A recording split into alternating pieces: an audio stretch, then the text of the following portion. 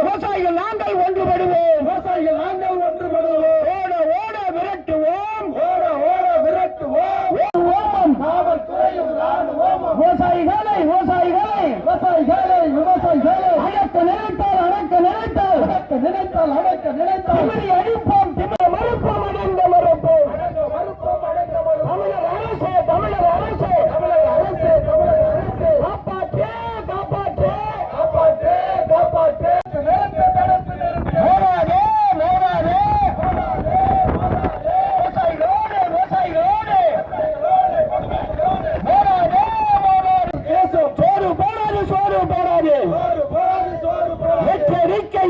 மோடி அரசு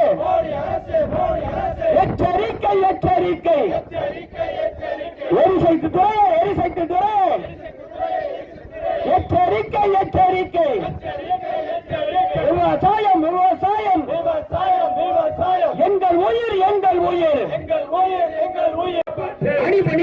அடிபணியாதே ஒன்றிய அரசின் அடக்குமுறைக்கு அடிபணியாதே.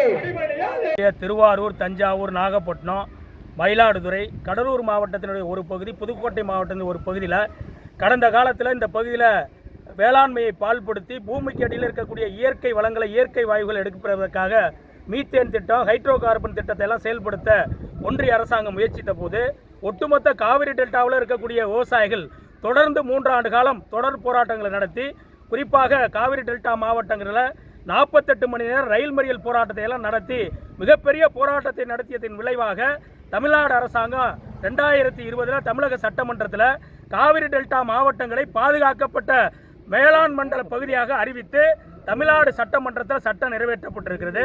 இந்த பாதுகாக்கப்பட்ட வேளாண் மண்டலத்தில் புதிய எண்ணெய் கிணறுகளை தோண்டுவதற்கோ, ஹைட்ரோ கார்பன் திட்டத்தை செயல்படுத்துவதற்கோ, மீத்தேன் திட்டத்தை செயல்படுத்துவதற்கோ அல்லது சேல்கேட்ஸ் திட்டத்தை பயன்படுத்துவதற்கோ எந்த அனுமதியும் பண்ண முடியாது. அந்த அடிப்படையில் தான் பாதுகாக்கப்பட்ட வேளாண் மண்டல சட்டம் என்பது 2020 இயற்றப்பட்டிருக்கிறது.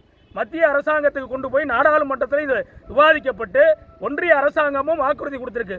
பாதுகாக்கப்பட்ட வேளாண் மண்டலத்தில் இந்த திட்டங்களை பூரா நாங்கள் செயல்படுத்த மாட்டோம்னு சொல்லியிருக்காங்க. ஆனால் 2024-25 மத்திய அரசாங்கத்தினுடைய எரிசக்தி துறையினுடைய அறிக்கையில் என்ன வந்திருக்குன்னா, நாடு முழுவதும் 50 இடங்களில் சேல் கேஸினுடைய ஆய்வு கிணறுகளை தோன்றியிருக்காங்க. அதில் 3 இடம் நம்ம திருவாரூர் மாவட்டத்தில், திருவாரூர், பெரியகுடி, அன்னவாசநல்லூர், இந்த 3 இடங்களில் சேல் கேஸுக்கான ஆய்வு கிணறுகள் தோண்டப்பட்டதா அதிகாரப்பூர்வமான அறிக்கை என்பது வந்திருக்கு. இது முழுக்க பாதுகாக்கப்பட்ட வேளாண் சட்டத்தை மீறி அந்த சட்டத்துக்கு புறம்பாக ONGC நிறுவனம் இங்கே துவங்கியிருக்கிறது.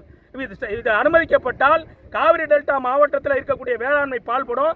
ஏற்கனவே காவிரி நதிநீர் பிரச்சனை, இயற்கை சீற்றங்களால் வேளாண்மை குறைஞ்சு கொண்டிருக்கக்கூடிய இந்த சூழலில் ஒன்றிய அரசாங்கம் பாதுகாக்கப்பட்ட வேளாண் மண்டலத்தை பாதுகாப்பதற்கு பதிலாக இங்கு ONGC மூலமாக மீண்டும் சேல் கேஸ், ஹைட்ரோ கார்பன் திட்டத்தை செயல்படுத்த வந்திருக்கு. அதிகாரப்பூர்வமாக இந்த 3 இடம் அறிவிக்கப்பட்டிருக்கு. எனவே இதை கண்டித்தும் பாதுகாக்கப்பட்ட வேளாண் சட்டத்தை மீறி செய்யப்பட்டிருக்கக்கூடிய இந்த செயல்பாட்டை கண்டித்து, அதே போல ONGC மீது சட்டப்படியான நடவடிக்கையை மாநில அரசாங்கம் எடுக்கணும். ஒரு வல்லுநர் குழுவை போட்டு இந்த மாவட்டம் முழுவதும், காவிரி டெல்டா முழுவதும் ஆய்வு பண்ணாதான் தெரியும். 3 இடம்னு சொல்லியிருக்காங்க.